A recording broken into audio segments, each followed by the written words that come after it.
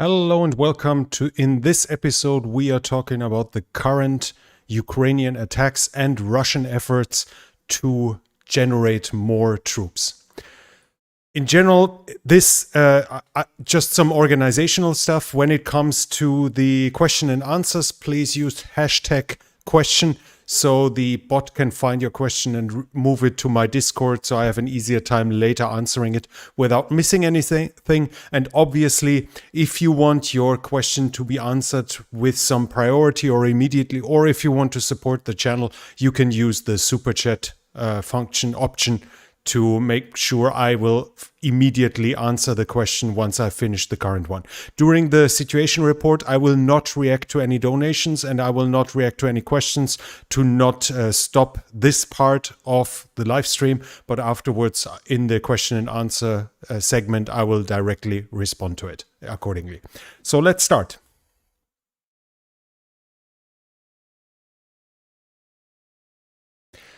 Russia is continuing its attacks against the Ukrainian civil infrastructure. Again and again, power plants are being hit. There are big blackouts and in parts running water has stopped. The so-called Donetsk People's Republic is saying Ukraine has bombarded Donetsk city, has attacked Donetsk city. They claim it hit the Justice Ministry of the so-called DNR and the Central Postal Office, and they say it was hit by 6 155 NATO grenades, which is kind of suspicious, as while it might theoretically be possible to investigate and find out whether it was a 152 or a 155 millimeter grenade, to emphasize that it was 155 grenade from NATO, while also saying it killed 4 civilians and injured 8 more, seems a little suspicious that they want to frame it in a way that it was NATO ammo, so NATO is to blame, and ideally NATO countries should stop delivering Ukraine with those weapons. On the Eastern Front, we have the Ukrainian General Staff that is reporting us a significant reduction of attacks on Kharkiv city, which is little surprise if we can see that the distance to the border is now over 30 kilometers. So most of Russia's tube artillery is now out of range. Obviously, they can still fly air attacks and they can still use long-range rocket systems, but the overall attacks on the city have been reduced massively. The Ukrainians actually did hit back. They hit Valyuki inside of Russia, where they attacked the barracks of the 3rd Motorized Rifle Division. Likely they used tube artillery, but there is some reports that they might have used a Tochka-U as well. That's a short-range ballistic missile, even though the distance with 25 kilometers to the Ukrainian controlled territory puts it well within the range of the Ukrainian artillery systems, and a Tochka-U seems kind of a waste as it is one of the longer-ranged missile systems with over 100 kilometers range, and Ukraine, if they still have some, they should be fairly limited by now. Russian sources now report increased Ukrainian positions on the left side of the Oskil. Left side it's always left and right is always in the direction of the river. And as the river flows south, the eastern side is the left side, just as an explanation. The Russians are reporting Ukrainian positions here. I'm not even going to try to pronounce this, or maybe I should for the fun of it. Ryanikivka, something like that. Something like that. So supposedly the Ukrainians are here, not just over Kupiansk, which is definitely confirmed now that it's in Ukrainian hands. In my last breaking news, I said with a certainty of 85 to 90%, I see it as taken. Now we have the definite proof of it and significant visual evidence that Kupiansk is fully taken. So we see now that the Ukrainians have crossed the river and are there on the offensive over the Oskil. Ukrainian attacks are also in the direction of Lyman. They continue. The Russians are reinforcing their positions, but as of now, we can for certain say that Lyman is still in Russian hands. Ukrainians seem to show that they try to encircle the town by going around both sides, not to avoid here urban combat. As we can see, Lyman is quite a sizable settlement, and conquering it fastly through house-to-house combat would require significant troops and would cause significant losses for the Ukrainian side. So the much wiser choice is to go around the sides and force a Russian retreat. While there might be military reasons, strategic reasons to defend a town, even while accepting that the defending troops are being surrounded, Lyman definitely is not such a place. But as said, there can be military reasons that a highly strategic point that is necessary for further attacks. Sacrificing even thousands of troops in war can be acceptable and justifiable under those circumstances, even if you lose them completely, if you deny the usage of that strategic point to the enemy for several months, ideally. Lyman definitely is not such a place. The Russians should retreat as soon as encirclement seems likely. And we see with the Ukrainian attacks that they actually try to do that. We have Ukrainian troops likely in Oleksandrivka and Yarova. We have Yarova here and Oleksandrivka, so we see them advancing to Lyman's northwest. There are reports that Drobisheve is now there's fighting in Drobisheve, which would already be directly northwest of the town. Dibrova and Shurove are also already in Ukrainian hands, which shows that they are getting closer and starting to bypass the town in the east as well. Generally, as said, we can expect Lyman to be that the Ukrainians will continue trying to go around each side to force a Russian retreat, but it's likely that this is going to take several more days. Now, there are more reports from fighting further east, though. Now we have visual proof of the Ukrainians being in Bilohorivka, which is a big moral blow, or should be a big moral blow to the Russian side, as this is actually in Luhansk Oblast, which was one of the two big victories, if you want it this way, that the Russians achieved so far. One was Mariupol to defeat the defenders there, and the other one was to completely occupy Luhansk Oblast, which is now no longer the case. Now, I've seen right before the stream, in preparation of it, I heard the newest rumors of some saying contacts of his in the Foreign Legion, which have been proven reliable, say that they already in Lysychansk, others say they are across the Seversky Donetsk, are about to attack Severodonetsk. So again, claims that Lysychansk is basically already liberated. Everyone who watches this for a while now will know that I don't take these messages serious until we have proof either by the Russians admitting that loss, which I take close to being proof, as a side, as the fact that one side admits own defeats is much more likely to be truthful than another side saying its own, claiming its own victories. Or, of course, another option, another proof would be visual proof, which is also not existent as of now. So right now, just to inform you, there's rumor of the Ukrainians having crossed the Severodonetsk close to Lysychansk, Severodonetsk. Some claim Lysychansk is already freed, but I don't believe this is the case as of now. There was a Russian attack on Spirne, which is interesting as it shows very close to the Ukrainian attacks. There are Russian offensive activities. The Ukrainians say they defeated that attack, and the Russians say the Ukrainians attacked Berestove, which is right south of it, and they claim they defeated the Ukrainian attack in this case. Further south, there are further attacks on Soledar, which seem to have not gained anything. Soledar has a big strategic importance in this region, but especially once Ukraine is on the defensive, as it's giving access to those two parallel roads right behind the Ukrainian defensive line. With the Ukrainians now being on the defensive, this somewhat will lose of its importance, even though it still gives the Ukrainians the advantage of being able to fastly redeploy from Siversk to Bakhmut. south and southeast of Bakhmut, there are further attacks. The so-called Donetsk People's Republic are claiming they captured Mykolaiivka and Mikhailivka, which are Mykolaiivka Druha and Mikhailivka, which are those two here.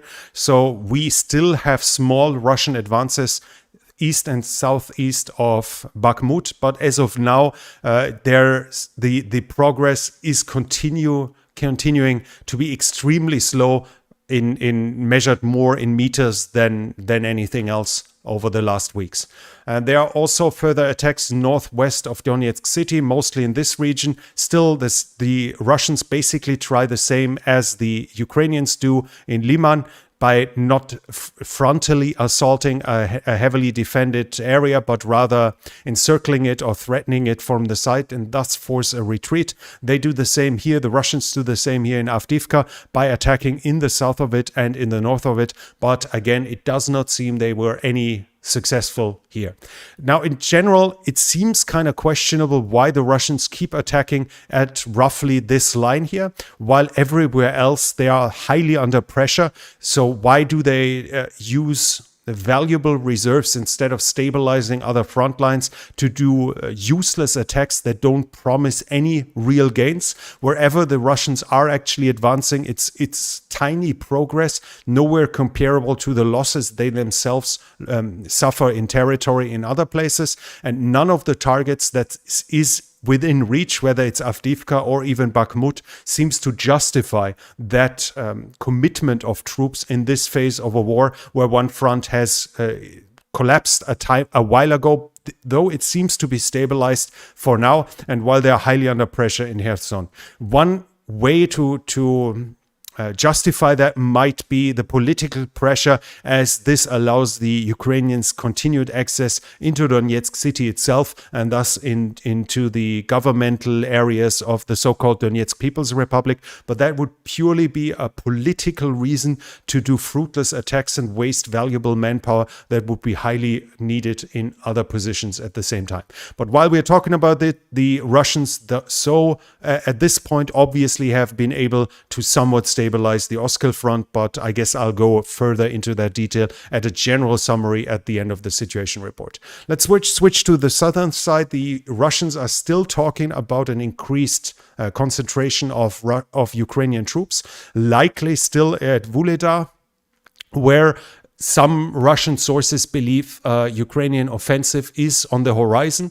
I'm still somewhat skeptical whether they'll actually be able to create a force sufficient enough for a substantial push, like especially a substantial push further down to Mariupol, as this would not only need forces able to penetrate 70 kilometers of Russian-controlled territory, but also obviously to protect the flanks of that push, the spearhead, and widen it to prevent cutting off that spearhead. Whether the Ukrainians are actually capable of doing that while they're engaged in a battle here in Kherson and while they're still on the offensive here in Kharkiv, close to the Donbas front, is a question that will be decided within the next few weeks if the Russians are right. The Russians also say there has been Ukrainian attacks south of Orkiv, so here. They supposedly attacked here in the direction probably of Tokmak, but the Russians claim they defeated that attack. The airport of Mariupol has seen heavy explosions. The Russian air defense was activated, and the Ukrainians likely attacked some military positions in Melitopol. We don't have details about what was attacked, though, but there's proof of the air defense being engaged, so it was likely use of long-range rocket systems. The IAEA, so the International Atomic Energy Organization, said that Russia has demanded from Russia to withdraw its military from the ZPP, the Zaporizhzhia power plant here in Enerhodar, and to withdraw from all other atomic installations. The ZPP itself, though, is reconnected to the Ukrainian power grid. Now, it's important, the Ukrainians were shutting down the nuclear power plant because of the shelling in the area and damages to the power connections, and nuclear fuel rods take weeks, if not months, to cool down after they have been in use, and that requires active cooling and thus electricity. If that active cooling isn't provided, the fuel rods can melt and thus create a molten core and according damage. So reconnecting the ZPP is a big achievement for the nuclear security. And how this happens is actually fairly interesting, because it was done by a convoy bringing spare parts and diesel fuel from the Ukrainian side, because in Vasilivka here, likely here, is actually a checkpoint where both sides can exchange goods and personnel. So if somebody from this town here wants to go to Zaporizhzhia, at least if the Russians let him pass, he can actually go through a checkpoint here. Inside of a war, they have a connection with a checkpoint, which is also something new to me. I can't remember that happening too much in the past. But apparently a Ukrainian convoy with significant amount of spare parts and diesel fuel was able to cross the front line from the Ukrainian side here and drive to Enerhodar to repair the power plant, which is good news as it's now reconnected to the power grid, and the active cooling should be guaranteed, at least for now.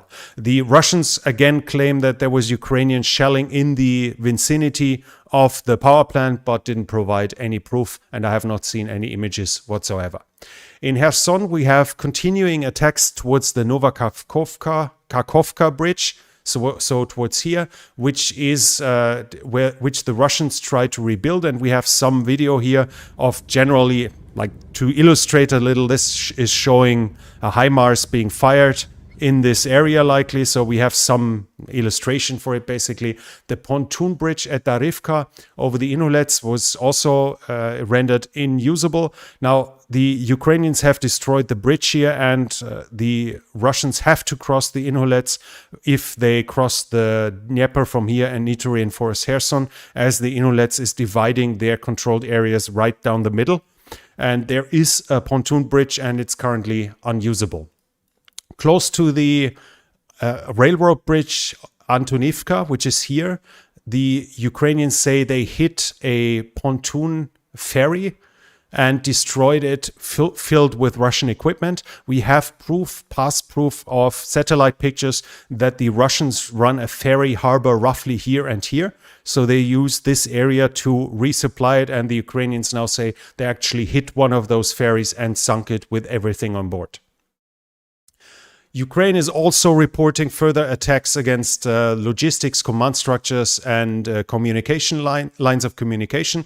As usual, basically, I don't really report those attacks anymore, because 5 claims of ammo dumps here, and here don't really matter in the overall picture, in my book at least, and it's just kind of a waste of time to try to pronounce the words unless you're here to be amused by the fact that I don't really know how to pronounce Ukrainian names.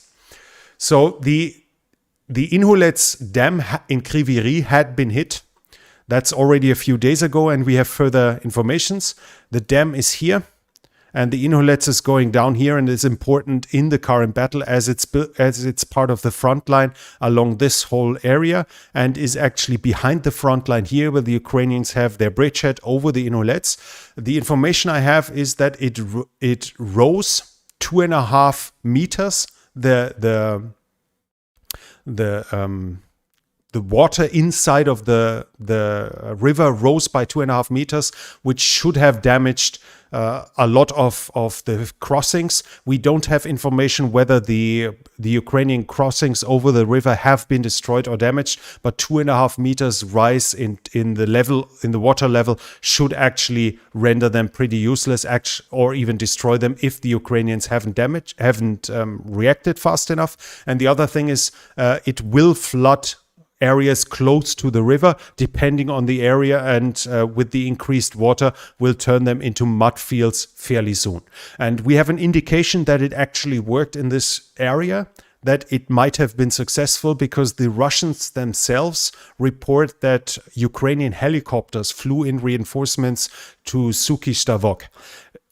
this is showing us two things. First of all, it seems highly likely that the crossings over the river are currently unusable. Otherwise, the Ukrainians would just drive their reinforcements in. And at the same time, it shows us the state and the effectiveness of the Russian air defense systems and of the Russian fighter jets, that they are not able to interdict these transport flights by helicopters into the bridgehead into their territory. There are also reports about battles within Kherson city. I have a video here. They talk about anti-terrorist organization, but it's likely a fight against partisans.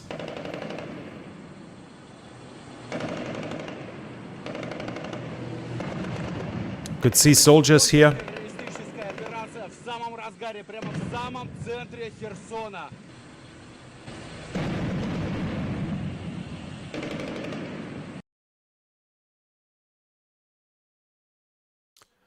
In Kherson in the north, there are battles close to Vysokopilia. The Ukrainians said that Russian attacks on Ivankivka from Arkhangelsk were defeated. So in this direction, which would be an indication that at the very least Arkhangelsk is still contested, as was the last information, or maybe the Ukrainians have withdrawn if the Russians can actually attack the town behind that. The Russians say they defeated Ukrainian attacks on Kostryrka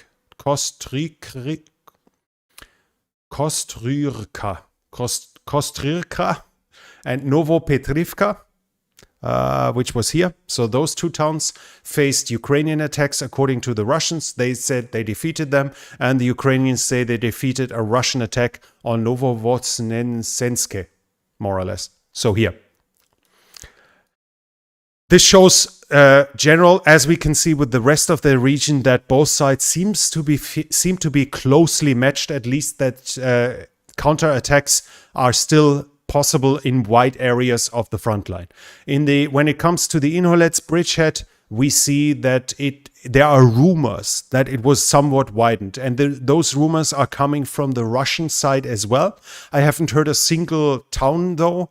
I have not heard any proof of it, so it might be that they widened it somewhat, but definitely not decisively. Otherwise, we would hear that they have reached whatever, some Kharkivne or something like this. So there seems to be activity, and there seems to be somewhat effective, somewhat successful Ukrainian activity, but definitely not decisive activity. There are more reports about Ukrainian attacks towards Davidi Brit, but again, they have not been successful. When it comes to the south, we have not, according to open source data in Kyselivka, which lastly was reported as liberated, that seems to still be in Russian hand. The same is with Oleksandrivka, unless I misunderstood something, because Arestovich lastly said the Ukraine had liberated it. Unless there's another Oleksandrivka, like there are 50 different Bilohorivkas in Ukraine,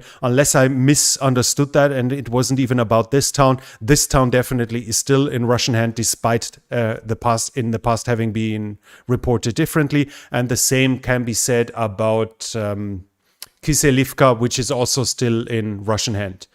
The Russians were reporting heavy Ukrainian attacks against Pravdine, which is here.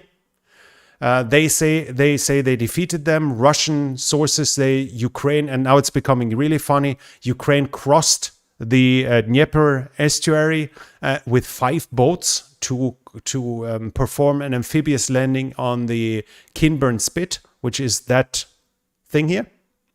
And they say they defeated it and killed 120 Ukrainians. They also say the Ukrainians did a helicopter airborne assault against Lazurne.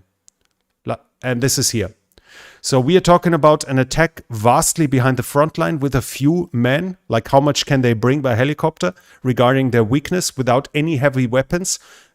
Basically just employing a unit to be destroyed or to become prisoners of war.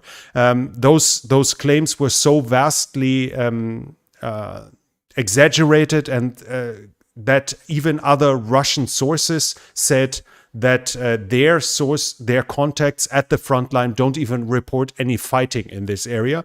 So basically, other Russian sources said those whole reports about Ukrainian amphibious and airborne assaults behind the front line are pure fantasy. And in fact, there is not a single proof, visual proof of these activities, which would once again be a vastly, highly invented story, once more like the two amphibious assaults towards the Zaporizhzhia power plant that were reported by the Russian side. Now, if we take the front line in total, in Kherson, we can see the ongoing attritional battle. It's likely designed so by the Ukrainians, as the defensive lines here are far too strong, and Kherson is one of the big prizes of this war.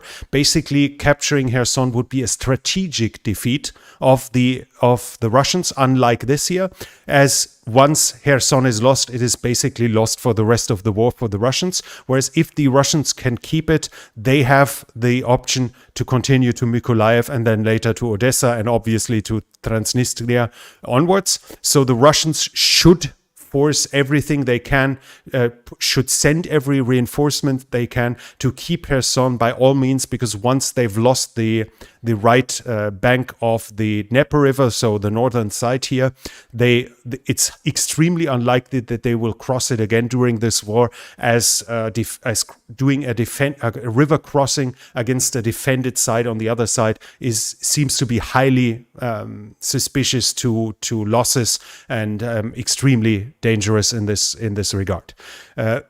When we see there, so what the Ukrainians likely do now is, as they can't block the supplies coming in, while they can reduce the bridges to bring them over, they can't shoot down every helicopter flying in, and they won't be able to sink every barge, every pontoon ferry that the Russians bring. The general strategy here seems to be to increase the usage of supplies through combat at a point where the troops being on this side of the river, which are numbered between 25,000 to 35,000, are getting so in deficit when it comes to their supplies that their combat effectiveness is being reduced from maybe 35,000 down to 10 or 15,000.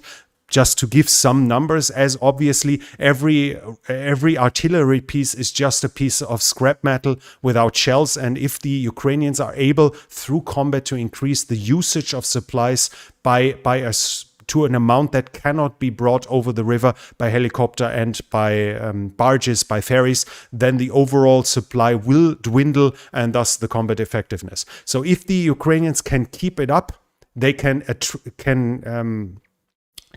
make the Russians suffer attrition to a degree that they will able to break the lines and reconquer that part of the river. But through the heavy defensive line, at least 3 lines of defense, some of it with prefabricated bunkers and a high troop concentration, will make it highly unlikely that the Ukrainians can just break through and do some cauldrons and battles to defeat and destroy single units. They will likely have to grind them down, and everything here looks like they're actually trying to do that. We see small advances on all sides in all 3 areas, main areas of combat, which is here in the north, south of Vysokopilia at the Inulets bridgehead, and here more or less around the M14. But all of them are slowly grinding heavy fighting about single small towns, and once they are being taken, the next few weeks go about the next town. So it somewhat has some reminiscence to the Russian fighting along the Donbas front here, where the Russians basically more or less did the same in the last past weeks, mainly focusing on their artillery though to save manpower. In the south, there seems to be not much activity at all. As said, the Russians claim there's a Ukrainian offensive in the making, but we don't see much proof of that yet. But we might see it coming in the next 2 to 4 weeks. On the Donbas, likely because of political pressure, there are still fruitless attacks and with a waste of manpower at positions that offer no overall strategic value at this point of the war. Whereas in the north, the Ukrainians have restarted their offensive, still have the initiative, but at least either by design or because the Russian front line has stabilized so much, anyway, whatever the reason is, their advances now are much, much slower than initially. Of course, they lost the element of surprise and the Russians had enough time to bring in reinforcements, not just because some time has passed, but also because the Ukrainians did a several-day operational pause while they were west of the River Oskil. Anyways, they still keep the initiative here, and if we look at the overall front, we have to conclude that the strategic initiative has switched over to the Ukrainian side. They are the ones determining now where the main battles are happening, and while the Russians are not that weak that they can't do local offensives, those offensives don't have the strength anymore to overwhelm the Ukrainians in any short of time, and every inch of territory they gain is paid for with a high loss of troops. We have more information about the partisans. The general prosecutor of the so-called LNR, so the Luhansk People's Republic, Sergei Gorenko, has been killed together with his deputy by an IED. Ukrainians actually say it wasn't partisans, it wasn't special troops, but likely organized criminal groups from the organized crime from Luhansk, or it was the Russian government killing them to get rid of witnesses for their war crimes. Now, of course, here we then have to see that this is coming from the Ukrainian government and claiming the Russians are killing their own turncoats from in those areas to already get rid of witnesses for war crimes seems a little far-fetched. Take it as you want. I just put it in perspective that obviously we should not believe everything at face value that comes from an active war participant, unless we have proof of that, especially once those claims are a little far-fetched.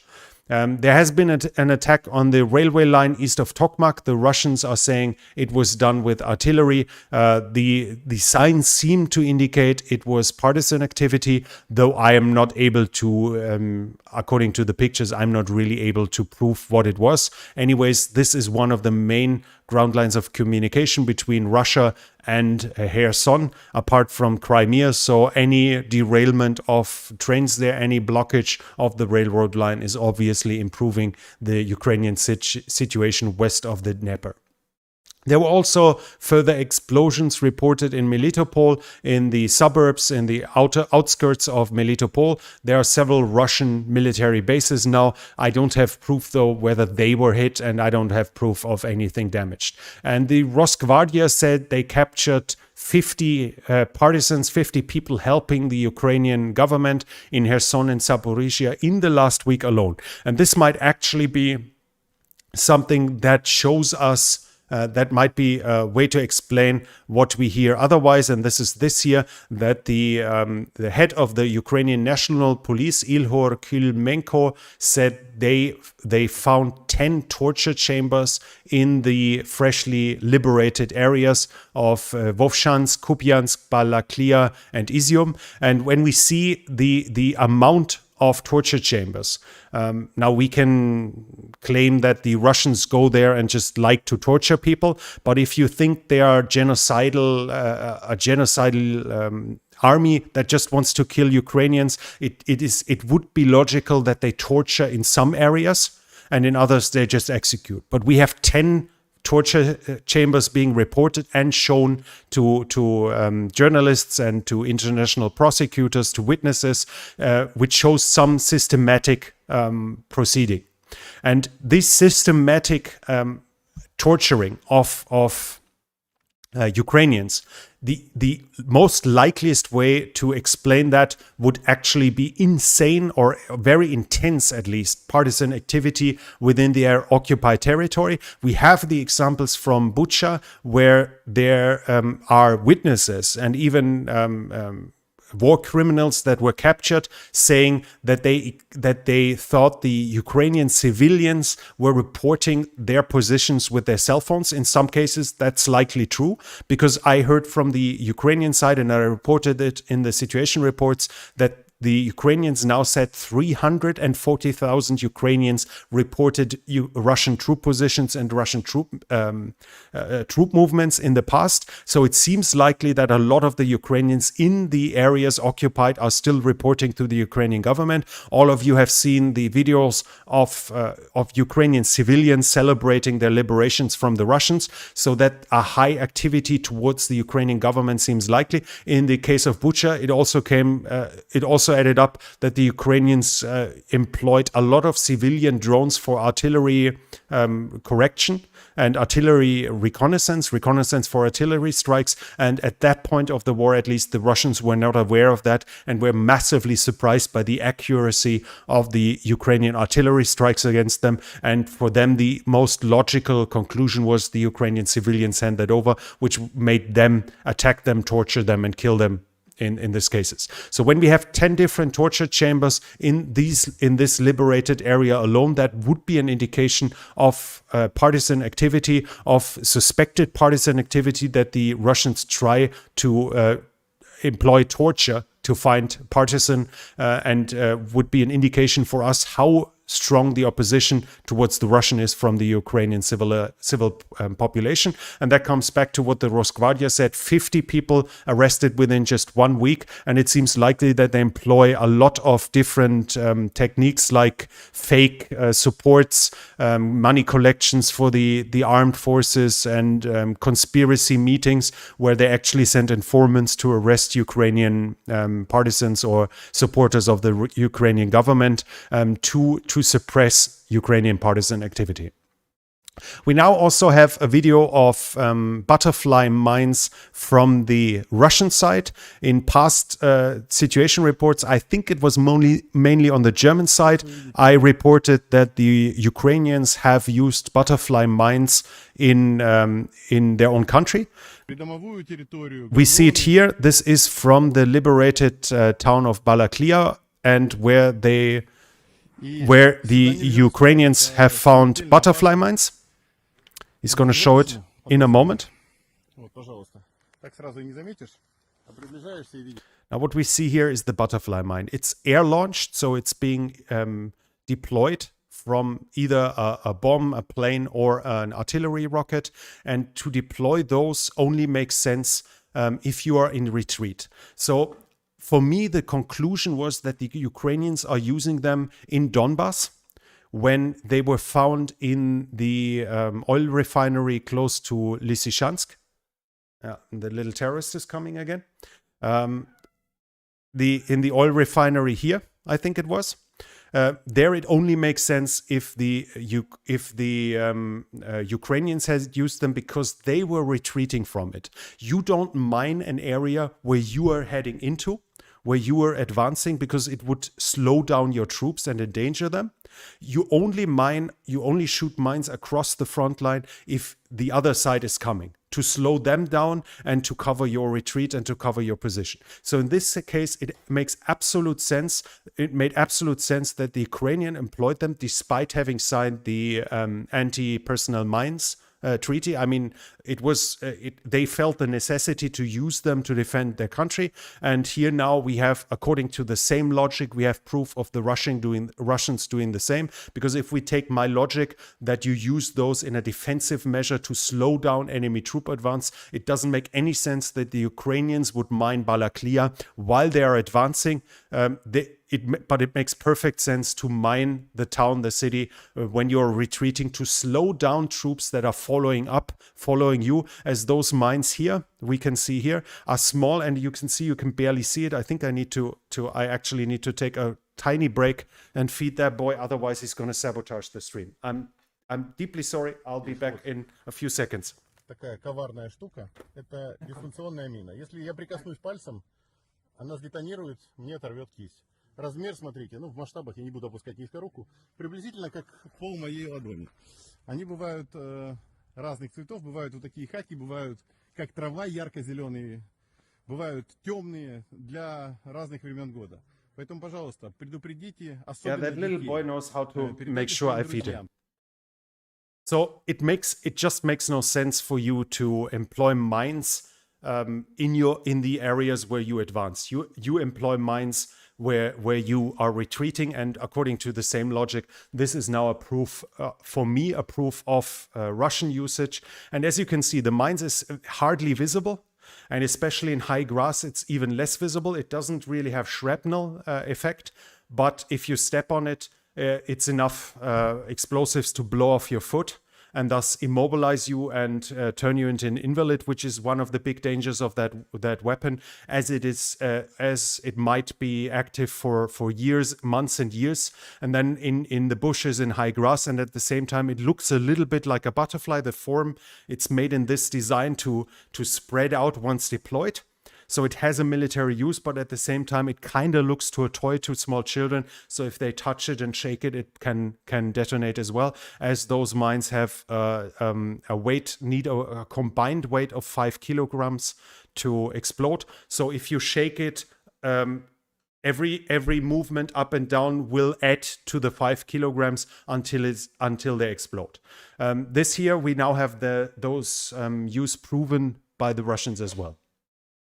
The Russians are still trying to mobilize, but still they're trying to covertly mobilize instead of doing an official mobilization within like a general mobilization. Kadyrov, who is basically running a satrapy in Chechnya, has encouraged every federal object within the Russian Federation to at least generate 1,000 men. By self-mobilizing, and as there should be 85 federal objects, if I understand it correctly, he's expecting that this should generate 85,000 men for this war, and several governors, especially loyal to the Kremlin, have already promised to do so. For instance, the governor of Crimea. Now there's dissent too. Groups in Buryatia, Kalmykia, Tuva and Yakutia are protesting the focus that seems to focus ethnic minorities. In the past, the Russian government has tried to avoid any serious recruitment efforts in Moscow and in St. Petersburg, as those are basically the centers of Russia. From my understanding, what I know from Russia expert is that according to the government, Moscow and St. Petersburg is what counts. The rest are basically peasants out in the countryside whose opinion doesn't matter at all. And the elites obviously are in those two cities. So if you can keep the pressures and the effects of the war outside of those two cities, you can basically ignore the results of the war. We've seen that in the past in recruitment efforts. For instance, when Moscow tried to create its volunteer groups, they actually didn't even recruit in Moscow, but they tried to fill the Moscow unit with recruits from other parts of the Russian Federation.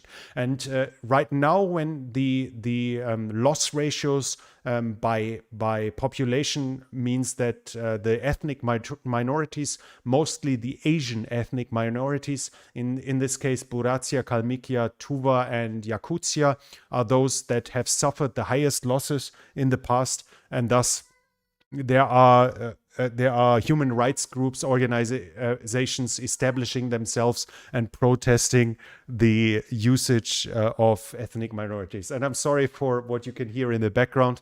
That little boy is insistent on letting us know that he wants some attention. We have videos now of prison buses driving down the road in southern Russia. Right now, it's highly likely that those were with recruits for the Wagner PMC group. Wagner is now also recruiting prisoners convicted of sexual crimes and drug-related crimes, which they until now didn't do.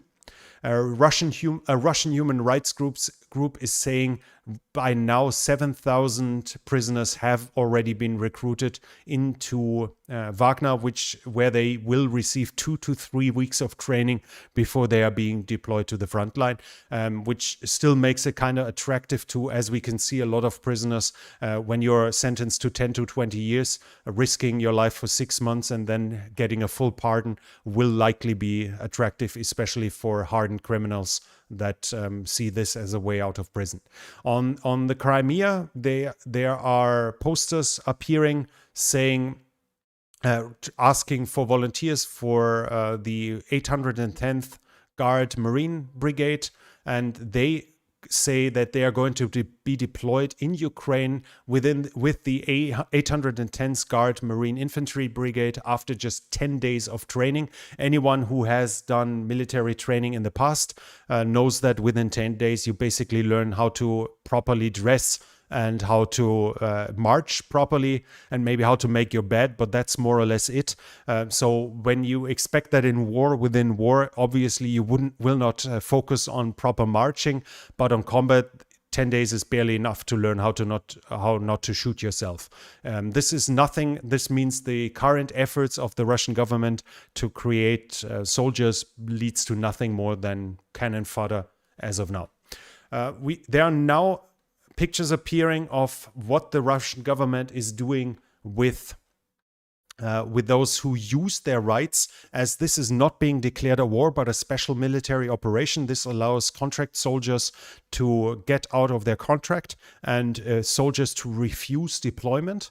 And the Russian government is now doing this here. They have created a stamp for those for their passports in case they refuse them, to basically denounce them to everyone having their passport. And it's supposedly saying in translation, deserter, refusal to perform a combat mission, prone to betrayal, which is now going to be on every one of those passports of those who refuse to fight in this way. And there are other reports. What we see here, these are officers whose pictures are being put up in front or in toilets to shame them for having refused to deploy in Ukraine as well. And what is significant here, that several of those are junior officers, so basically the ones that are supposed to lead units into training who are refusing to fight in Ukraine. There are reports about deported children from Ukraine, supposedly orphans, that are already they have already received Russian citizenship, and the Russian government wants to adopt them into Russian family. According to international law, this qualifies as a genocide, as genocide is not just killing people, but also the attempt to exterminate their culture. And if Ukrainian children are being taken away from their parents and being put into Russian families for Russification, this is nothing else. So another war crime being shown here, one more in the long list. We have news about support for Ukraine. Greece is now going to deliver 80 BMP-1.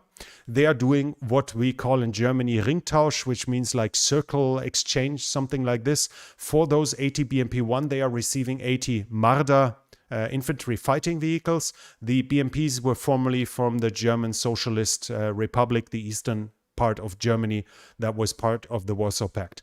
Now, the BMP-1 is vastly inferior to the Marder. It only has the 73mm low pressure gun, which basically shoots something like an RPG-7 round just a little further. As far as I know, those BMPs actually even have their missile launchers removed. So all they have left is one machine gun and that more or less useless gun, whereas the Marder would be far more combat effective. But in the end, it is some kind of measurement both for the German government to avoid, to keep up to his peacenik opinions and trying to claim they are not provoking Russia, by sending infantry fighting vehicles directly. But there is at least some argument that this decision might not be completely moronic, as the BMPs are within use of the Ukrainian government and within the use of the Ukrainian forces. So they have the full supply chain of spare parts. They have the mechanics being trained on them. They have the soldiers being trained on them. Basically, they can be handed those machines and they already know how to handle them. Whereas with Marders, they would need a complete new training system. They would need new supply trains. Their mechanics would need months of training on them, which makes it much slower to deliver. And the other thing is, a lot of the Marders are not ready for deployment yet. So what is promised to Greece will only be delivered in the coming months, whereas the BMPs might be delivered rather soon. Germany is also sending 50 Dingo, which are basically armored patrol vehicles. They are actually being sent from within the armed forces, from within the Bundeswehr. Again, as a lot of people know that the German government is refusing to send tanks and IFVs for political reasons, as probably some of it will be that there is an intention to avoid having German tanks shoot at Russian tanks. But also that supposedly Germany's government doesn't want to move ahead and be the first to deliver Western combat vehicles, Western tanks, Western main battle tanks, and Western IFVs to Russia. In this way, they can avoid that by those circle exchanges. And the Dingo itself is at best armored personnel carrier. It's basically a patrol vehicle that was designed and employed in Afghanistan to protect soldiers from light arms fire and from IEDs. It's not really for frontline combat. It's more like somewhat protected battle taxi that will have to have its crew, its soldiers on board deployed for combat, and they can't really fight from within it. And it's not designed to actually support them while fighting, even though we have video evidence of the Ukrainians actually using the APCs in a case of like an IFV, like a Marder would be, or like a BMP-2 would be. Ukraine also received the permission to buy 18 RCH 155 armored self-propelled howitzers from Germany. It's important to say, though, that those are right now only exist in as prototypes. So those 18s will likely not be delivered. Not even the first ones might be delivered in 2023, maybe even later. But in a way, it's still fairly important, as the RCH 155 is quite likely the best artillery in the world right now. And for very specific reasons. It takes, we see one here, it takes the Boxer as a chassis, so a modern wheeled chassis, and it uses a lot of the technology from the Panzerhaubitze 2000 on the turret. Now, having a wheeled self-propelled howitzer isn't special, but what is special about this is that this is actually the first howitzer in the world that can shoot while driving.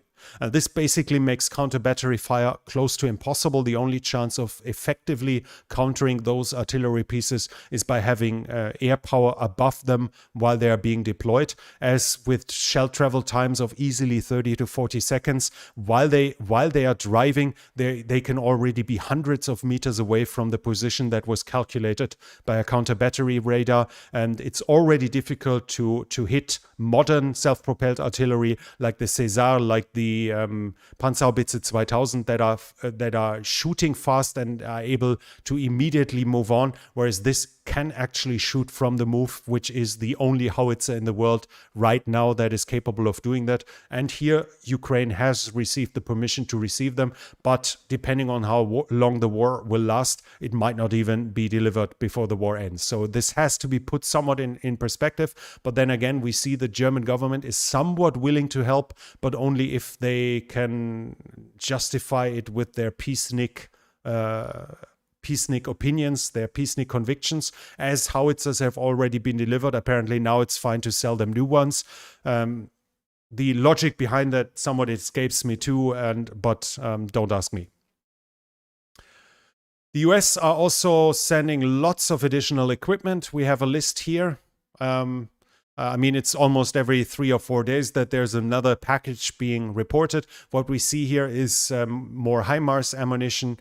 105 rounds and 36,000 of them. And what is fairly important are the 1,000 precision-guided 155mm artillery rounds, because I have just read an example of the Kupiansk Bridge where the Ukrainians used German Panzerhaubitze 2000 to destroy it, and the Ukrainians on the front line said to reporters they were able to destroy it with just 12 rounds from the Panzerhaubitze 2000, whereas with their own Soviet-era artillery, they would have at least needed 50 rounds, if not a lot more. So not only a lot of additional ammo that has to be brought to the front line, but also a lot longer time of shooting, which increases the risk of counter-battery fire. So 1,000 precision rounds may mean up to 1,000 high-value targets being destroyed, and thus can have a much higher effect than tens of thousands of non-precision guided rounds. For counter-battery, artillery radars is also fairly nice for the Ukrainians for counter-battery,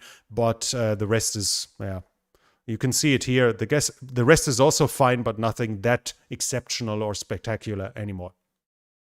We have one report that is going around now. There has been a German army transport plane flying from Poland, as far as I understood it, to Germany with wounded Ukrainian soldiers on board. You see them flying here, and once they land, we see the cargo ramp opening to the side, and you can see a whole armada of ambulances waiting to bring the wounded soldiers into hospitals within Germany.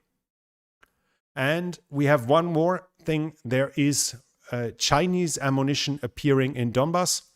I cannot confirm that it's actually from the Donbass, this video. It might be from somewhere else. I can't really geolocate it. Also, we don't have the source for it yet. It looks to me like mortar grenades. But where they originate from, they might be smuggled from somewhere, or whether they were actually sold by the Chinese as of now is not certain. The only thing certain is that this is at least the first claim of Chinese artillery rounds being on Ukrainian soil. And the last big news is that Russia is, this is a German article within the Spiegel, that Russia is shrinking its government expenditure. So while we can find it on a lot of YouTube channels and in a lot of comment sections that the West is the real loser, especially Europe is the real loser of the sanction regime, it doesn't seem that Russia is completely winning that war, at least. Otherwise, they wouldn't be forced to reduce government expenditure at this point.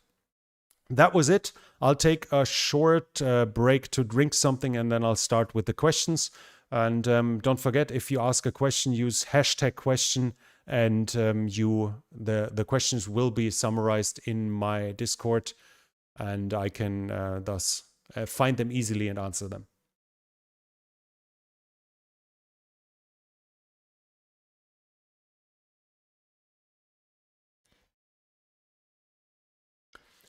Cowboy Bob is asking, what is the estimate size of Russia's current effective combat force? The question would be within Ukraine or without. Within there, still roughly, the estimates are more or less.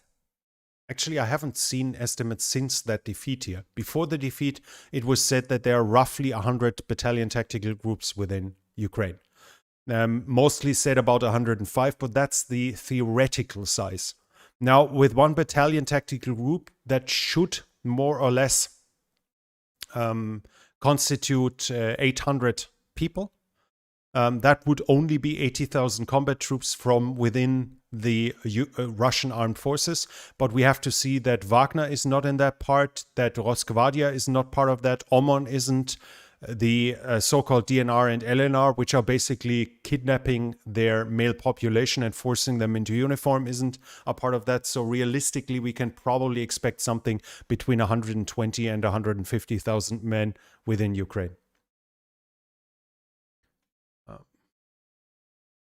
What military gear will Ukraine receive with Lend-Lease program? Well, it's Lend-Lease is being employed by the United States. So what they received so far, that's M113, Humvees, artillery, suicide drones. I think they talk about UCAV as well, so drones that can also employ guided munitions, HIMARS, other systems. As of now, it seems fairly unlikely. It's possible, but it doesn't seem to be likely that they are receiving ATAK-MS. And what is being discussed apparently in the US now is actually sending them main battle tanks, which would then be the M1 Abrams. And probably once they do this, there is hardly an argument why stocks of M2 Bradleys wouldn't be sent as well. How many nukes and where for Ukraine to collapse and capitulate? For sure.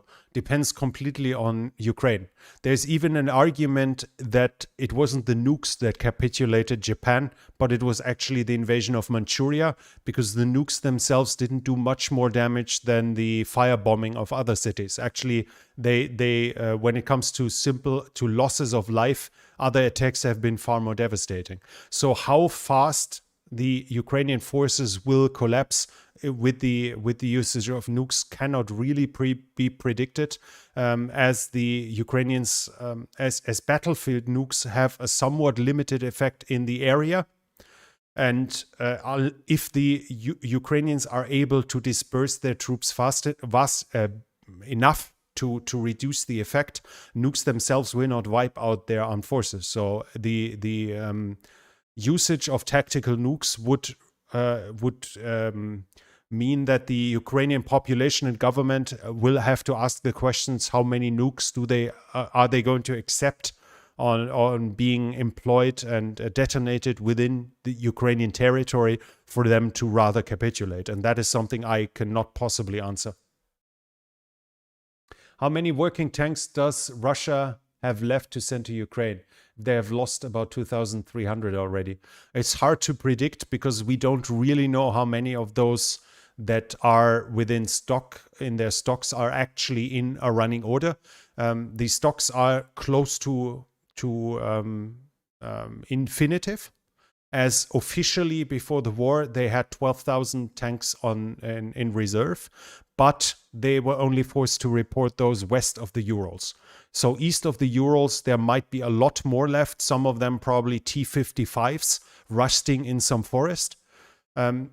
The levels of work that is needed for a tank to be ready for combat again will be the big question. So some of them might just need a little gasoline and a little oil, a little fresh oil, as they were regularly maintained every year, while others were in climatized barns, climatized storages, whereas others were outside but at least covered with some tarp.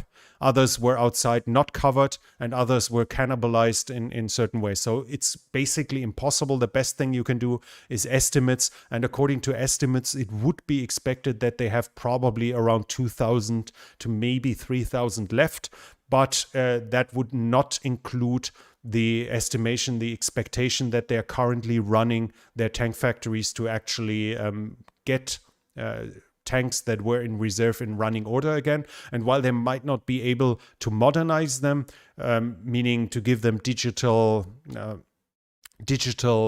fire direction system, calculators, etc. What is it called? Fire control systems, thermal visions, modernized guns, etc. To get them into running order again, to replace the rubbers, to fill up oil, to repair the engines and stuff like this. The Russian factories will very likely be able to continue for the rest of the war. And Russia has announced that they are going to set up 2 new tank factories. But while it's called tank factories, one I think is going to be in Moscow and one in Rostov. So in Rostov Oblast, fairly close to the front line. Everything seems that, from what I read, is that they're actually not going to produce new tanks, but that they are meant for repairs. And that will mean both repaired of battle damage tanks as well as tanks from storage to refurbish them and get them back into action. So realistically, it is unlikely that the Russians are going to run out of tanks too soon. I would expect that. What they will run out is the modern tanks. And we are reaching a point where within 1 week, the Ukrainian armed forces have captured both a T-62M and a T-90M. So we see that they still employ fairly modern, like their most modern equipment, but they're also already employing equipment from the 60s and 70s. Any more details on the eternal encirclement of Bakhmut? Not really much. They are trying to grind forward and are slowly gaining ground, but slowly has to be emphasized and written in bold. The advances, I think, over the last 15 days or something, has been from Kodema is being contested to Kodema is being captured, and they very likely have captured Mykolaiv Druha and maybe the small settlement right in front of it. How many towns are this even? Let's see. We can find it here. Like this is, what is that? 15 houses? That's what they achieved within 2 weeks, more or less. So if they continue like this, they at some point, they will force the Ukrainians to retreat from Bakhmut, as I would expect the Ukrainians to not allow themselves being encircled. I don't think Bakhmut is worth the sacrifice, but if they continue that speed, it'll probably take another 3 months for them to achieve that. Do you believe Ukraine will receive modern MBTs and IFVs from its allies? It seems like the talk has begun in the United States, and realistically, the only other option is the Leopard 2. Not just because every other tank within the within the nations that actively support Ukraine is too little in the amount of the stockpiles. Even if there are some left outside of the armed forces, their stockpiles are too slow, and some of them are in reserves for a good reason, because they are part of a potential war employment in case a big war breaks out. And Ukraine doesn't really have a use for 20 Challenger 2, 20 Leclerc, and 15 Ariete. For each of those tanks, they would need to train their tankers anew, their mechanics anew, and for each of them they would need a full line of supplies, a full supply system to keep them running, whereas which doesn't seem to be economical at all. It seems much more likely that basically only 2 tanks are up for the questions, which are the Leopard 2 and the M1 Abrams, because they are the most used tanks within the Western world. And while the Americans have the M1 Abrams in their thousands in reserve, with the Leopard it's much more difficult. But if several nations would each donate a couple, then it is possible that Ukraine might be able to deploy a brigade and a half with Leopard 2s at least. So to be realistic, the only 2 tanks in my book that are up for the question will be the Abrams and the Leopard 2. Anything else, when it comes to modern MBTs, is basically out of the question. There might be a chance that at some point the German government still allows the German defense industry to sell its Leopard 1. They have 100 in stock and they want to sell them to Ukraine, and Ukraine wants them, but German government is blocking the sale as of now. Those would actually be Leopard 1A5, which have a thermal imaging system and thus are actually better equipped than the majority of the Russian tanks. And while they have 105mm, in case it can shoot the American M900 round, which I'm not sure about, it would actually be a match for the modern Russian MBTs, at least in firepower. When it comes to protection and probably fire direction, the systems, the electronic system, it's probably vastly inferior. IFVs is basically the same. I think the big question will mostly be MBTs. IFVs is there will be a lot more M113 available, but when it comes to modern systems, who even has any to speak of in reserve? Apart from the US. What do you think about shelling the power plant of Zaporizhzhia? Because the picture that I've seen shows they came from the Russian controlled territories. I've seen an image of a propellant unit from likely a Smerch, and the angle seems to indicate it came from the Russian side, but what I've seen is the propellant unit, which is separated from the warhead, so the warhead might have flown further. But it doesn't make, when we apply logic, we see a big benefit for the Russians to do a controlled shelling of the power plant and no advantage whatsoever for the Ukrainian side. The Ukrainian side what would it be good for to start a nuclear meltdown within their own territory, where they mostly radiate and destroy and make their own territory uninhabitable, where they poison the drinking water of millions, because likely the Dnieper and its reservoir will be used for that very thing. The fact that some of the fallout might go down to Russia because the wind mostly blows in that direction wouldn't change that the majority of the damage would be done within Ukraine. On the other hand, the Russians are emphasizing for months now that the weapons being used against the power plants are HIMARS, even though the distance would even allow the usage of small mortars. They still supposedly are using HIMARS, and they're always emphasizing that it's 155 NATO artillery. The Russians, if they shoot it, they can if they aim well, they can decide where the shells hit. So they can make sure that no serious damage is done. But when the power plant is shelled and they claim it's done with Western ammunition, the hope would be that they make Western nations, the populations within the Western nations weary of a potential nuclear disaster, and thus make them force their governments to stop the support with the argument it's our weapons that are going to create a new Chernobyl nuclear disaster, maybe even a bigger one. So we can't allow that to happen. We should not allow that to happen. And the only way to avoid that is by stopping the supply and thus forcing Ukraine into a ceasefire and into a peace treaty. So in my book, I see hardly any reason for Ukraine to shell it and a lot of reasons for Russia to shell it. And what I've seen when it comes to the angles of the propellant units, they seem to come from the Russian-controlled side as well. How would you distribute troops in the current theater for the purpose of diminishing Russian troop morale? So I guess from the Ukrainian side. Actually, the thing is, it's sad that the majority of you is not able to watch my older streams, but I said it months ago that the most likely and the most juiciest target will be Kherson because of the importance of the Dnieper River, and it would allow the Ukrainians to free troops, shorten their front lines, and create reserves. So it was the most obvious attack. And when somebody asked what else they could attack, I said Kupiansk because it would diminish Izium and the front line here. So to me, both offensives are extremely logical in the current situation. Now, to diminish troop morale, I don't think a specific deployment will make the difference. I think further attacks like this will make the difference. At least if half of what was reported is true, if only half of what was reported is true, some officials from the so-called People's Republic fled to Russia after that victory because they seem to have expected an immediate collapse of the front line. Supposedly, FSB agents, at least the Ukrainians claim that FSB agents were selling their houses along the coast here on the Crimea to also basically prepare for a loss of Crimea, a loss to Ukraine. And there are reports that Russian officials are sending their family from Crimea to Russia.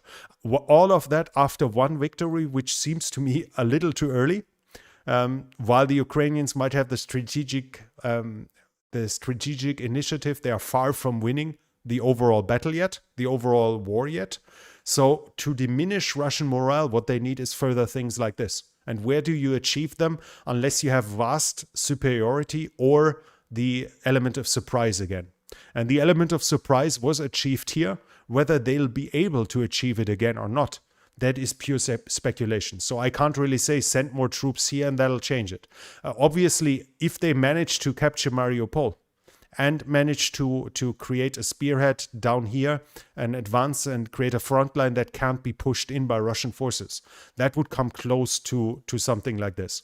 The whole supply to Kherson would be diminished, as this all would be lost as a potential as a communication line, and depending on what long-range systems they have, they might actually be able to threaten the Kerch Bridge. So in this regard, if you want to diminish Russian troop morale, you need to defeat them, and you need to defeat them in a way that it hurts them and that they feel it. So recapturing Mariupol will probably be the juiciest target. The question is, can they actually achieve it? And as of now, I'm highly doubtful.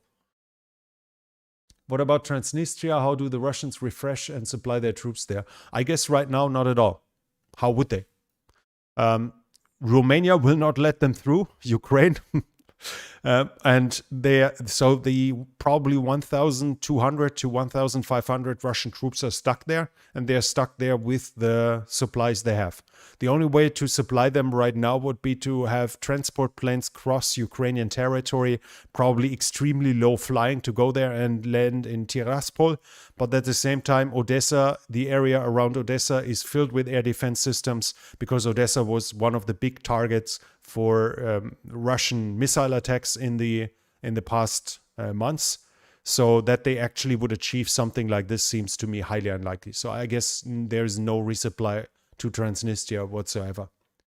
Would hovercrafts be a good option for Ukraine, not static like pontoon?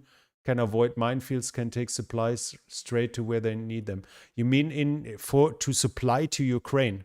While hovercrafts are able to operate on land, they are not made for that. It's true that they can avoid minefields, but at the same time, they create a dust trail that is highly visible. When they drive on land, they are slow, they are loud, and they use a lot of fuel. So a hovercraft is perfect for something like this here, maybe, to cross over this, to cross across a swamp. But in general, for anything further than that, I think it would be a misdeployment for the disadvantages stated. At least I guess. That's what I would expect. How long would you estimate before winter causes offensive operations to halt? I don't think winter in itself has to force operations to halt. Winter can actually offer new opportunities, as depending on how cold the winter gets, the ice can actually freeze hard enough for it to allow tanks to cross. Now imagine the Dnieper freezing shut in a way that troops movement across it is possible. I have no idea whether that's a regular occurrence. I know that, for instance, in World War II, several rivers were allowing troop movement. Even evacuation across from this region over to Crimea was possible with trucks across the Kerch Strait, because it froze solid, the ice here. All of this is allowing for, this actually can allow for additional opportunities. Now, the Oskil doesn't seem to be too much of a hindrance for Ukrainian advance, because it doesn't carry that much water. But the Siewiecki Donetsk, if it freezes shut and if the ice is thick enough, if the winter is cold enough, it would allow either side to cross the Siewiecki Donetsk with trucks, by foot, and potentially even by tanks. So winter can actually increase the options for an offensive for either side. Obviously, depending on a lot of factors, if the snow is 3 meters high, it's going to get difficult to advance, but if it's just cold, it's offering additional opportunities. So I don't think it can be generally said that winter will cause offensives to stop. It actually might open opportunities for new offensives at positions where it's not expected before that. Are you willing to do a video on German military industry? It's not really my field of expertise. That's the thing. I try to stick to what I more or less know. That's why I'm happy. Like, you need to, now this is not, English is not my first language, but as a historian, I learned to use the word specifically to emphasize the certainty I have of an information. Basically, my professor said you can claim everything as long as you can prove it. So when I say it could, or something, it is not a random usage of that word, but it's an indication of the certainty. So in my answers, I try to stick to that too. I stick to saying what I know and where I think I have some knowledge. But when I don't have knowledge, I openly say I don't really know. It's too much for me, and I don't think that's a bad thing. Somebody who claims to know everything usually hardly knows anything at all.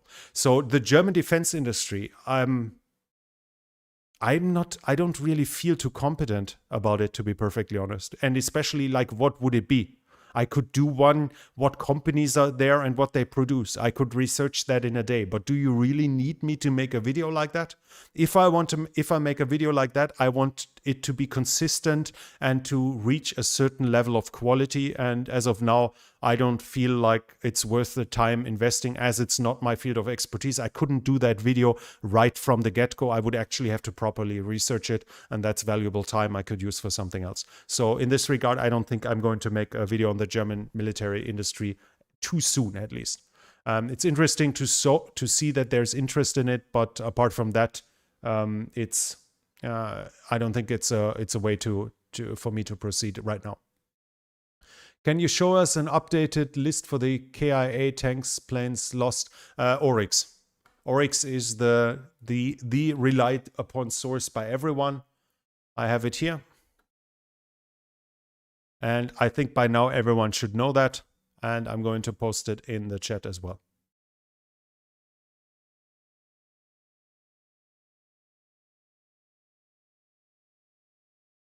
And that's the best part of it, as I can see it. Have you ever watched Operator Starsky? I actually have, and he was here in the last stream as well. But for whatever reason, it doesn't seem like the chat bot is actually working right now. The question bot. Let me see if I need to restart it.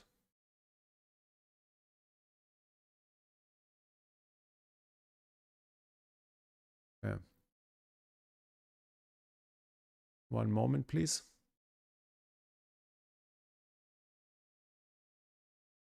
Okay. Let me check here. If the Congress change side in November, will that affect the Lend-Lease promise to Ukraine? I was reading that new packages to Ukraine from Biden can be blocked. I think they can, but the question is how strong will the, let's say it meanly, the Trump-Tucker Carlson side will be. Tucker Carlson seems to be opposed to supporting liberty in Ukraine. I personally don't really understand why. That is fairly prominent within the right wing, not just inside of the United States, but in Europe as well. But I see others, Crenshaw, I think is his name, the guy with the eye patch. As far as I know, he's voting for support of Ukraine. So I think if the Democrats lose the Congress, I don't think it should be a problem yet, because a significant part within the Republican Party will likely continue support additional aid for Ukraine. So I would guess, and to be honest, I would hope that this wouldn't change anything. I need to check because the bot has somehow faked. Has somehow failed and turned off. I heard about, so please, if you've asked a question and I haven't answered it yet, please ask it again with the question marker so it appears in my bot. I don't know why it failed. At some point I need to ask to the coder and report that failure. I heard about the fake wooden HIMARS. Do you think Ukraine has won the Maskirovka side of the war so far? It looks like it, at the very least. If you think about it, that the Russians have claimed again and again, how many HIMARS have they destroyed by now? 40 or something, while the Ukrainians only received 13. And I mean, when we talk about Maskirovka, we shouldn't talk about one HIMARS. We should talk about this here. Now, how the Ukrainians managed to avoid the Russians learning about their concentration of troops here is still unknown, as far as I know. But what is a fact is it wasn't complete. There were Russian sources warning talking about a Ukrainian troop concentration and a potential offensive in this area for several days. So it wasn't completely out of the blue. But the Ukrainians somehow managed to still blindfold and still surprise the Russian side in the regard to this offensive more or less completely. They achieved complete surprise, it seems, which means they despite Russia having satellites for reconnaissance, despite them having reconnaissance drones and electronic warfare and reconnaissance planes, they were managed to send troops here and achieve complete surprise. Also, they apparently managed to somehow make the civilization, the population, not post about the movements. Usually everyone has his cell phone out and shows, oh, our troops are moving forward, we are strong, and then he leaves the geotagging on so open source analysts can easily say, oh, there are troops moving in that direction. This is the biggest part of the surprise. Whether they build a wooden HIMARS and the Russians waste a drone, a suicide drone on it, is in no comparison to the effectiveness of this. And as the Ukrainians have achieved a complete surprise that led to the collapse of a whole front, including the loss of at least a brigade's worth of equipment, I'd say Ukraine is winning the Maskirovka war, no question, hands down. Are Ukrainian-made Sherps being used by or in support of the military? I'm not sure what is Sherp. I'm not sure what Sherps is, to be honest. So I'm sorry, I can't answer that. Whereas the Russian Navy mostly moving away here because it's too afraid of the Neptune and the what's the name? Harpoon. Neptune and Harpoon. The Russian submarines still are loading caliber in Sevastopol, as far as I know, and shooting them from within the Black Sea. But apart from that, the Ukrainians have successfully pushed away the Russian naval forces, the Black Sea fleet, away from their coast. What do you know about Ukraine in World War I? There's some good literature, and it was one of my exams about the war in the East in World War I as well. So I guess I know some. But in World War I, so you mean before the attempts to establish an independent Ukraine that then battled with Poland and with the Soviets at the same time, etc. So I know some, but I'm far from being an expert. What do you think about the rumors that Lysychansk has fallen? I addressed it already. Unless I see proof, it's nothing but rumors. On this channel and on my German channel, I addressed all those rumors in the past. If you followed the Twitter accounts that are vocal about this war, you've seen maps that already show this under Ukrainian control, like 2 weeks ago, that showed that Kremina had fallen. It was reported that they reached Lysychansk or captured it at least a week ago. And yes, before I started the stream, I read that my good sources within the Foreign Legion said they crossed the Seversky Donetsk and Lysychansk is already in their hand and they are now at the gates of Severodonetsk. And others say that they bypassed Lysychansk, but it's being evacuated or something like this. I don't believe anything until I see proof, or at the very least, until pro-Russian sources admit that they have been defeated. I take it as a fairly reliable source when the big Russian propaganda channels admit, okay, the Ukrainians, and then they love to use those racist hohols or something like this, that they are now in Lysychansk and we were defeated, or we had to retreat, or we were regrouping, however they frame it, whatever euphemism they might use. When they say the Ukrainians are in Lysychansk, I believe them. Because when they admit an own defeat, it's highly likely that it's true. Whereas one side claiming own successes, that needs to be proved. So I will see that Lysychansk, I will believe Lysychansk is reached or conquered once I either have video or photo proof, or until the pro-Russia channels admit the loss. How difficult would it be for Russia to destroy all bridges on the Dnieper River if they decided to? Depends on how many accurate missiles they still have. Wasn't one a bridge on I think in Dnipro, at least one bridge is already destroyed, if I remember correctly. Dnipro is being under fire, and the Ukrainians claim that they shoot down caliber all the time. So the Ukrainian air defense isn't just along the front line, it's also along the cities and along the bridges. It seems likely that they should be able to destroy them because they can overwhelm them. But the question is, are they willing to use the amount of forces needed? Because after the bridges are destroyed, the Ukrainians can either repair them, or they can use ferries or build pontoon bridges. And to defeat them, they would need another salvo of precision missiles, of which a lot would be shot down, and while they are reduced in stocks. And to hit a pontoon bridge, they need a missile basically with a CEP of 10 meters, more or less. And they don't have them in huge supply.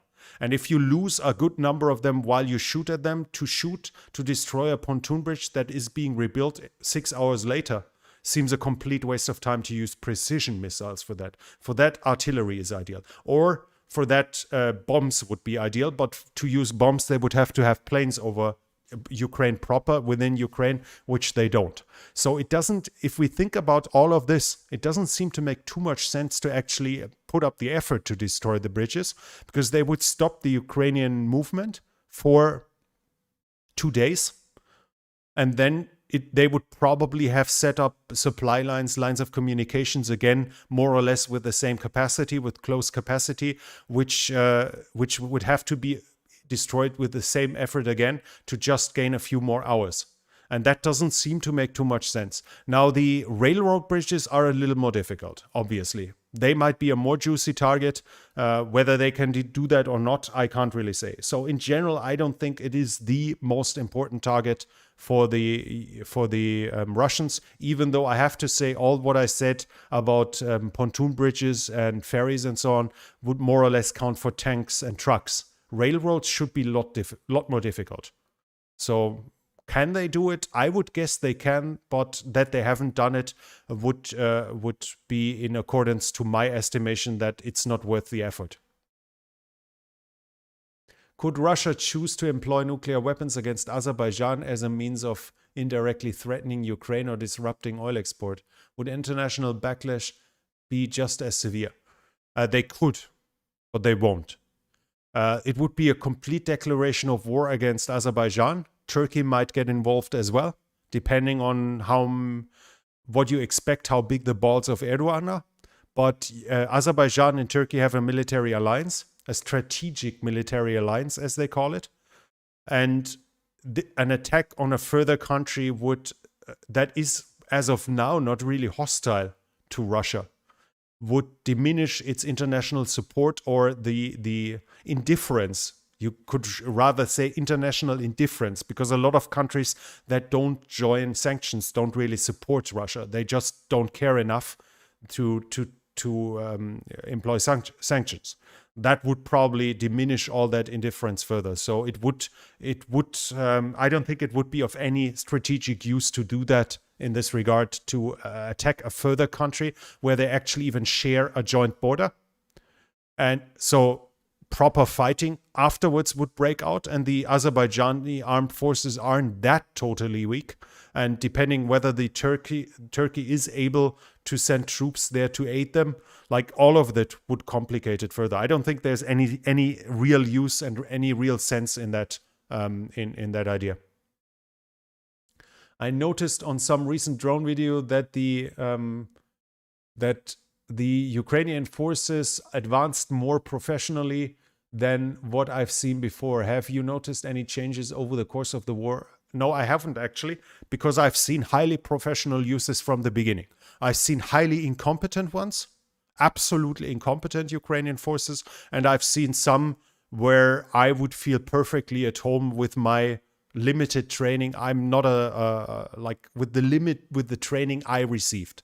I've seen the special forces were of high quality as well. What seems more likely, though, that the general troops have improved. After 6 months, they had more than enough time of training. So,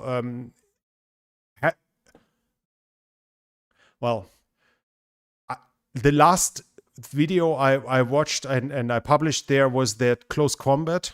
And there I saw big deficiencies and big weaknesses on the Ukrainian side. When it comes to general tactics, I see high spirit, high morale, but when it comes to training, there was still lacking. But at the same time, I can show you other videos where they act perfectly, where it's like out of a textbook how they act.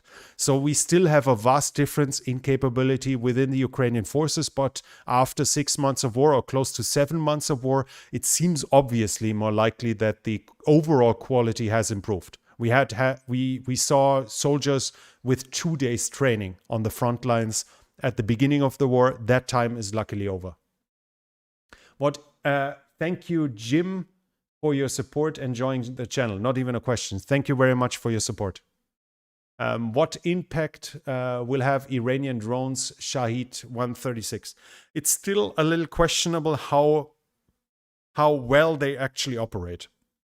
What I learned is that they should only work with line of sight because the Iranians lack satellite communications. They don't have communication satellites to steer to operate their drones.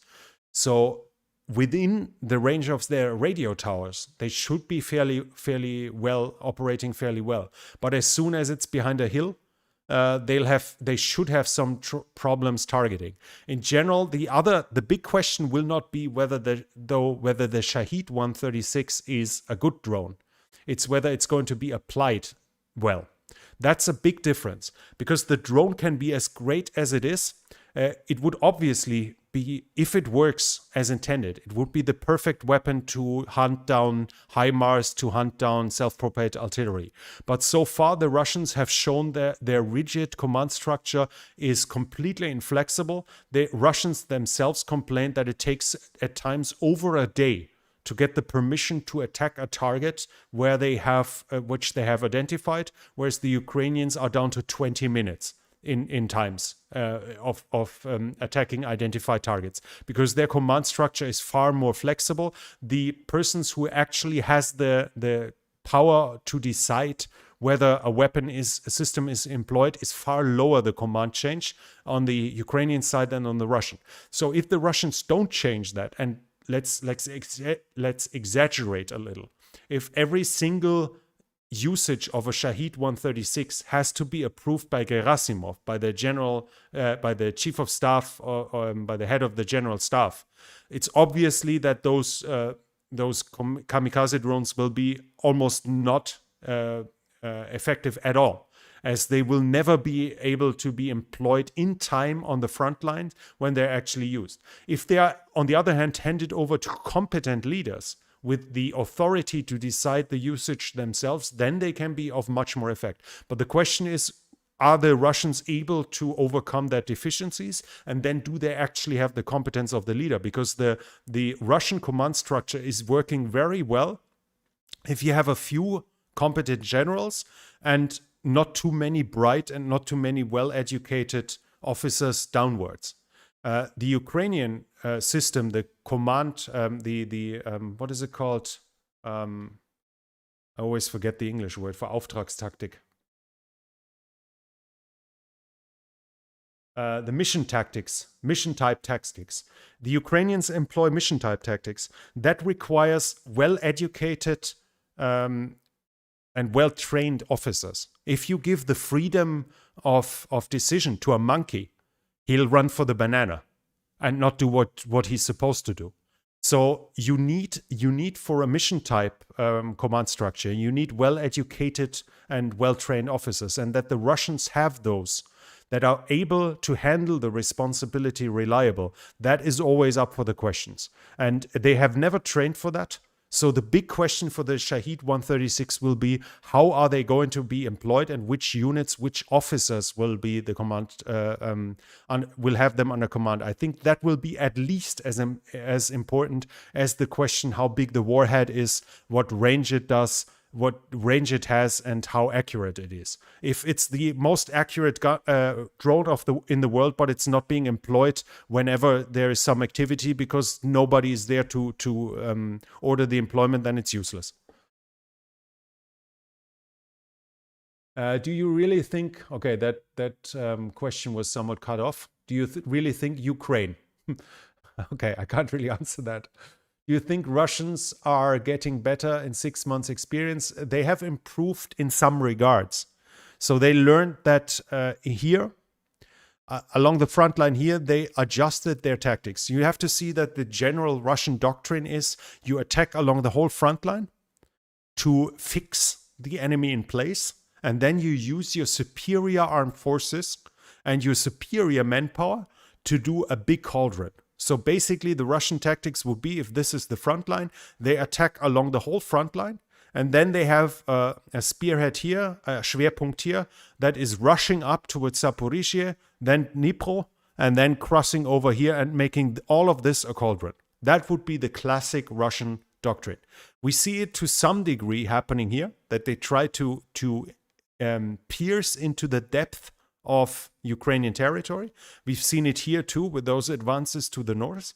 But there it was applying all tactics in combination with the expectancy, while expecting that the Ukrainians are going to fall apart.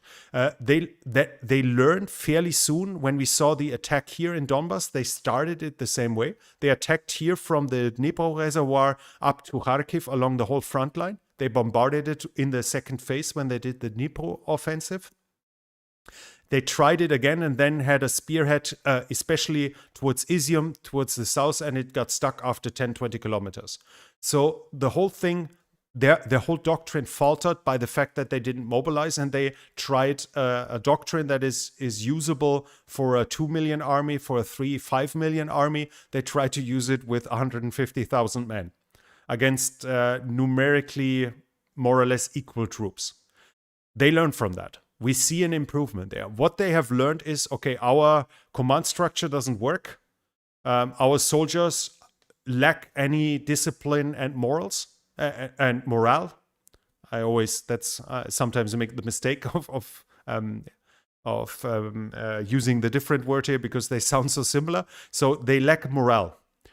What you can do if you lack personnel and your troops lack morale is you use what you have, and that is a lot of artillery, because the guy who's shoving the artillery shell into the breech of a howitzer, whether he's thinking the war is garbage whether he's afraid doesn't matter that much. It doesn't matter as much if he has to, in comparison to if he has to leave the trench and attack the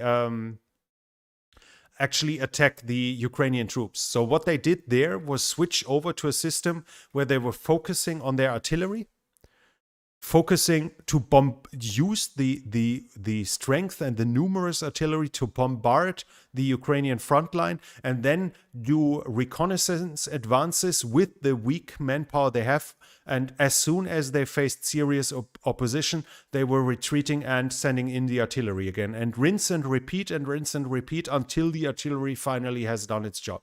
That's a complete change from what we initially saw, that from the attempts to do cauldrons, to do spearheads into the depth of the enemy territory, a complete switch away from their doctrine, and that can only be explained as that they learned from their mistakes and tried to improve on it after that. So we see improvement in this regard when it comes to the tactics of their actual operation.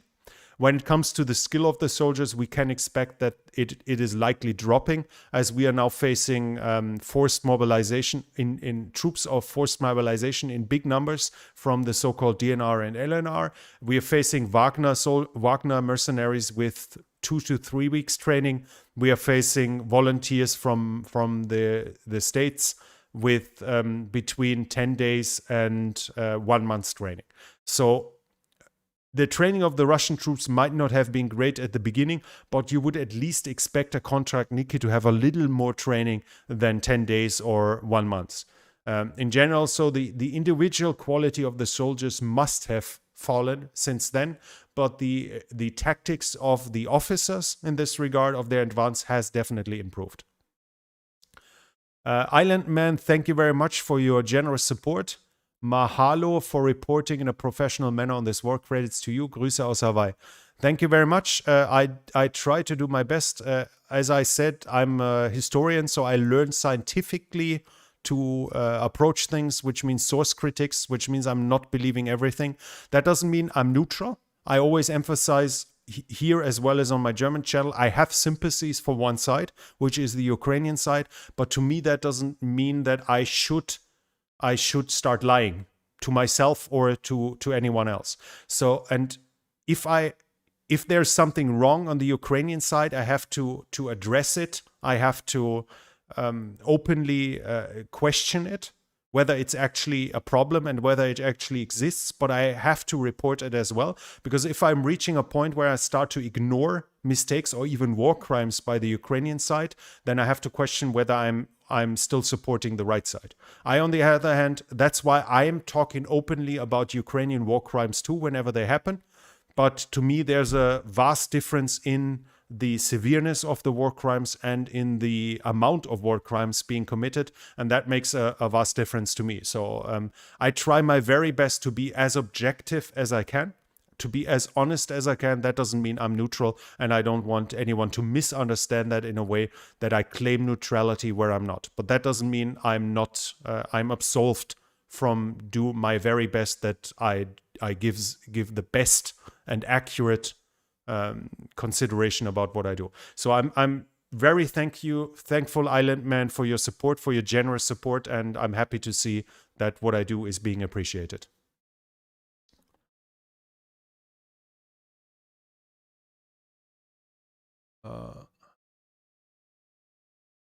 How effective can convicts be in combat?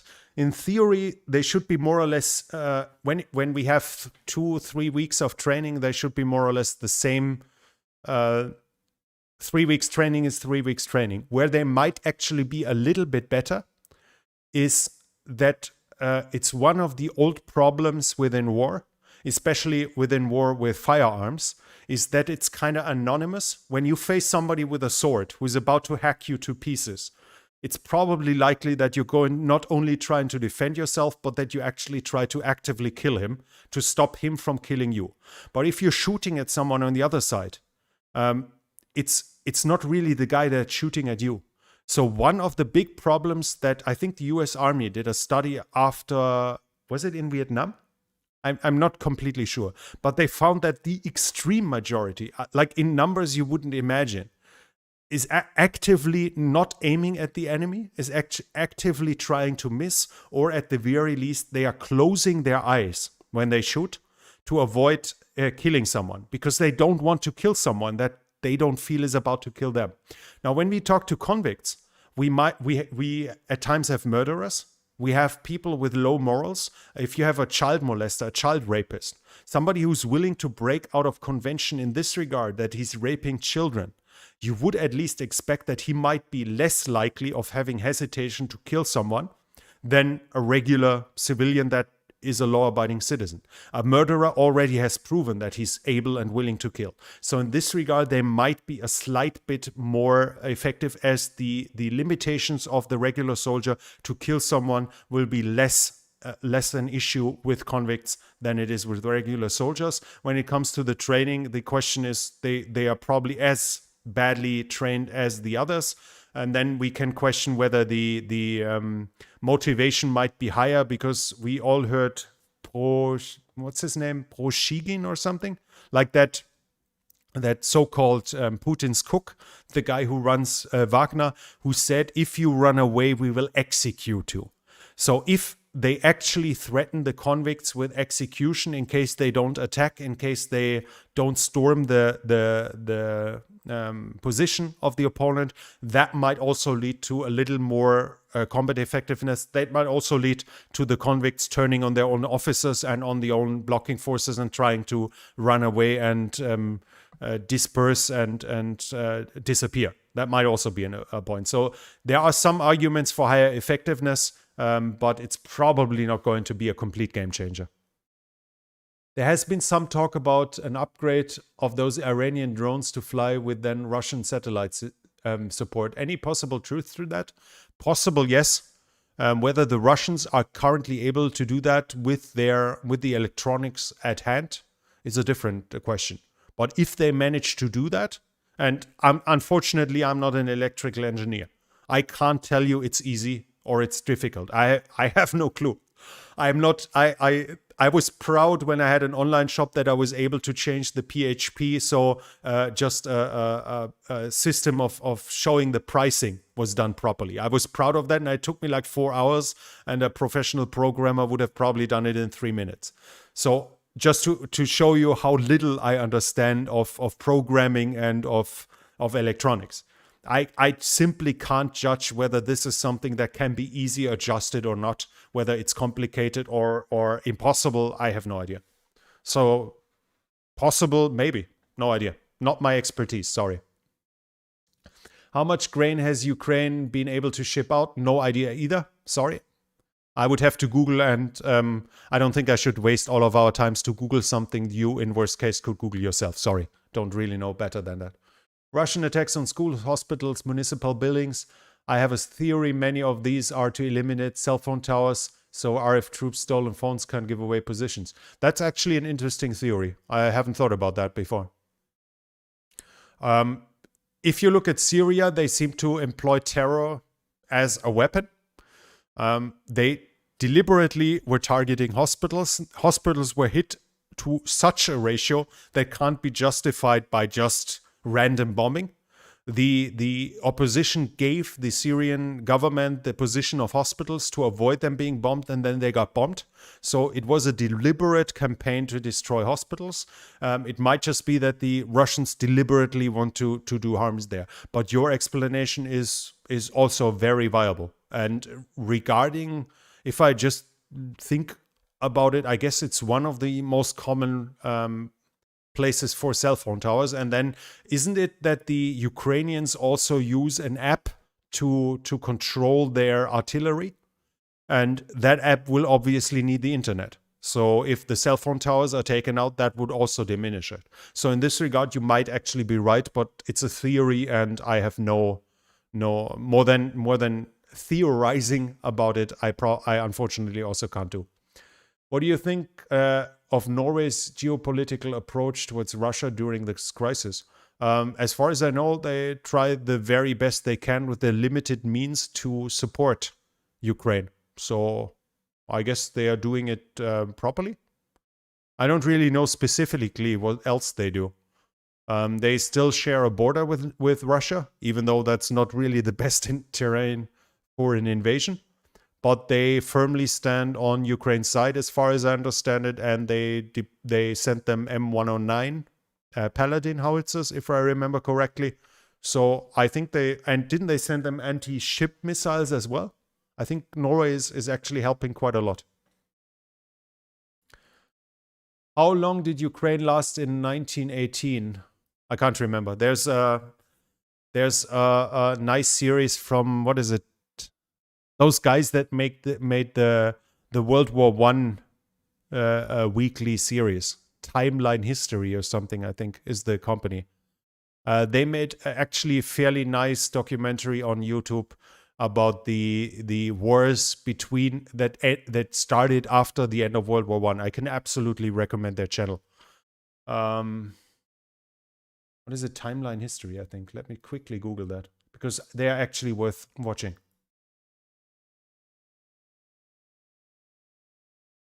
No, it's not Timeline.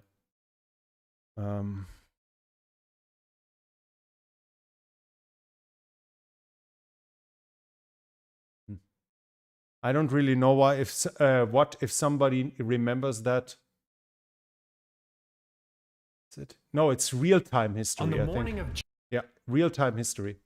I think it's them. Yeah, the Great War was it originally, and then they continued with that new speaker, which I actually like more than the original one. I like the way he presents it better. But I can absolutely recommend them. They're doing great work. Thanks for a decent answer. Hard to get that other places need a question mark. What do you mean, need a question mark? How do you feed the civilians in the Kherson region? Well, it's the duty of the Russians to do that. Whether it works or not, I can't really say. According to international law, to the laws of war, when you occupy a region, it's your responsibility to take care of the civilians there. And I have no idea, to be honest, how the supply situation is there. There might even be some exchange that they allow Ukrainian supplies to flow in, as we heard here about that checkpoint. But as said, also not something I am too knowledgeable about in this way, in this case. What circumstances would bring Ukraine to the negotiating table? Utter military defeat. Ukraine now, even like they weren't willing to negotiate while they were getting defeated.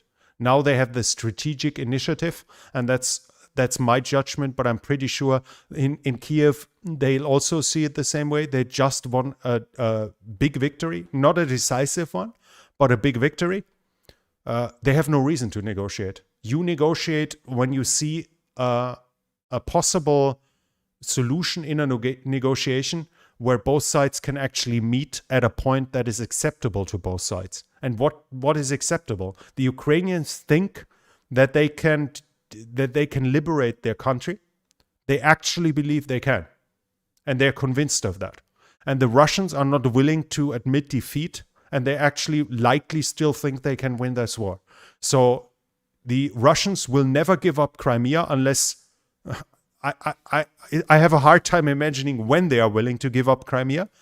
And I have my doubts they are willing to admit defeat by handing over Luhansk and Donetsk. So Ukraine will only negotiate when there's likely that a peace agreement is actually possible. And that means one side has to be defeated on the battlefield.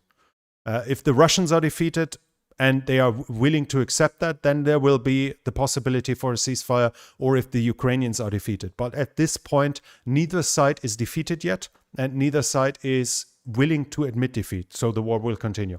There will not be a negotiation.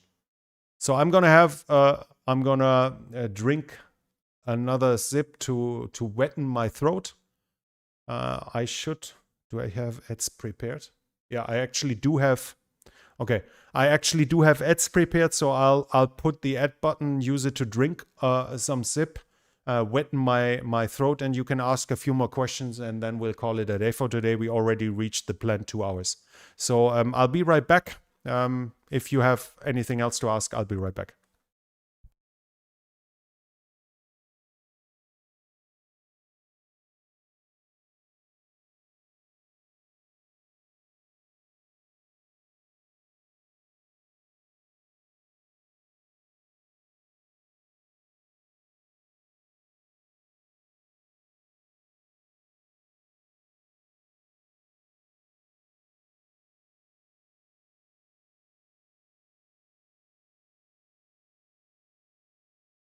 I actually should have gotten some beer. You're perfectly right, but I just have some juice, so pretty boring.